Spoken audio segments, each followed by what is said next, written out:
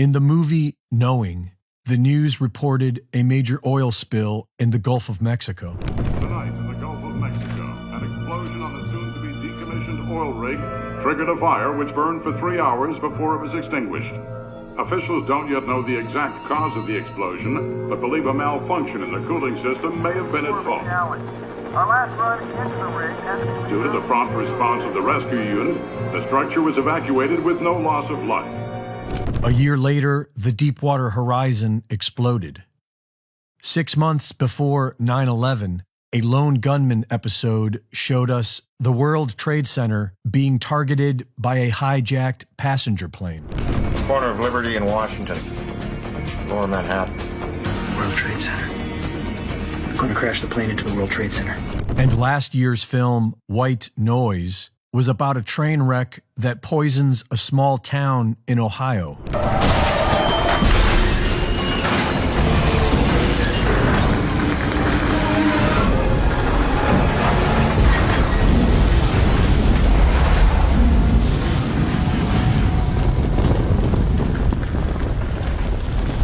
This is the very same story now playing out in real life.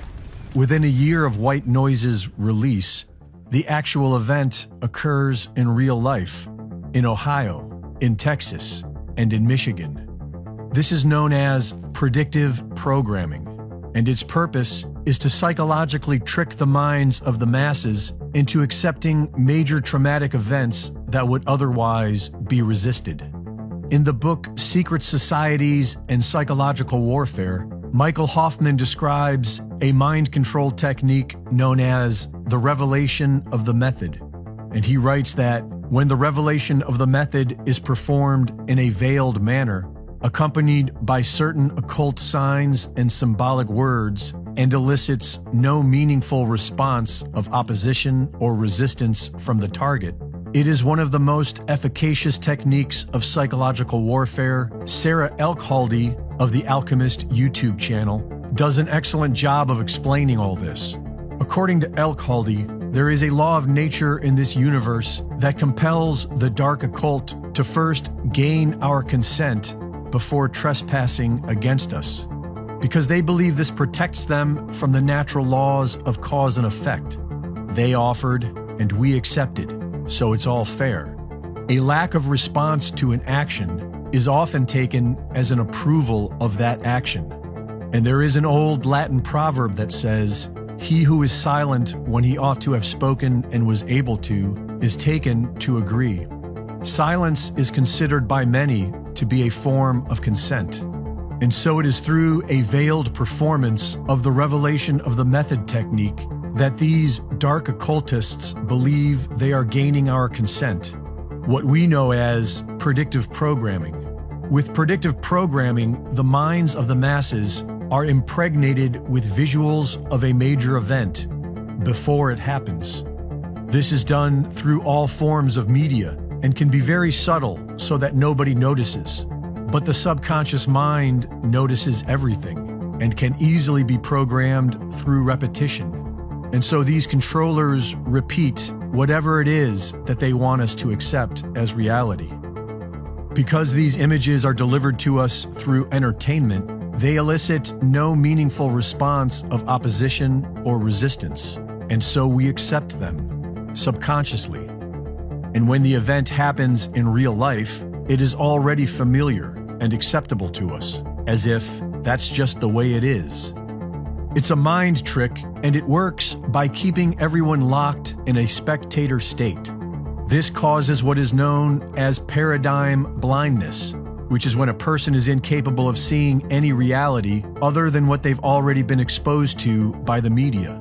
This paradigm blindness will cause a person to get emotionally triggered whenever confronted with an alternative point of view that they have not been programmed to accept. It's a very powerful mind trick. And the solution is quite simple. We need to stop living as spectators of someone else's reality. We need to start creating our own reality. And we need to remember how to say no, because they offer it to us and we accept it. This is a plan that was agreed to by 179 nations. It's called the Agenda for the 21st Century. It's a totalitarian state being developed right now all over the world. It is the inventory and control plan. Inventory and control of all land, all water, all minerals, all plants, all animals, all construction, all means of production, all food, all energy, all information, and all human beings in the world. And this is a plan that was agreed to by 179 nations back in 1992. It's a United Nations plan. It's called the Agenda for the 21st Century. And so many of us around the world think that, well, sustainable development, it just sounds so great. Isn't it about recycling and creative reuse and creating energy and food resources for everyone? And the answer is no, it really is not. It's about moving populations into city centers, concentrated city centers, and clearing them out of the rural areas. All systems have to be brought into harmony in order to control them all. Because when systems don't meet, when they're out of balance or not in sync with one another, they can't be controlled centrally. And the goal of Agenda 21 is one world government and total control from a central unit. Every nation that signed on to Agenda 21 has its local Agenda 21 plan. People in the United States are completely unaware of this. If I go out and talk about this, the United States press will attacks me and calls me, which is totally ridiculous. It is but it's not a theory, it's a fact. The three pillars of United Nations Agenda 21 are economy, ecology, and equity, the three E's. And everyone sort of thinks that they know what that means, the idea of social equity. It must mean that, well, everyone's going to have access to clean water and clean air, and no one's property is going to be used as a dumping ground because they are at a poverty level. But really what social equity is about impoverishing huge portions of the population and bringing down the developed nations. Everything that we're looking at now is destined to collapse our economies. It's a totalitarian state being developed right now all over the world.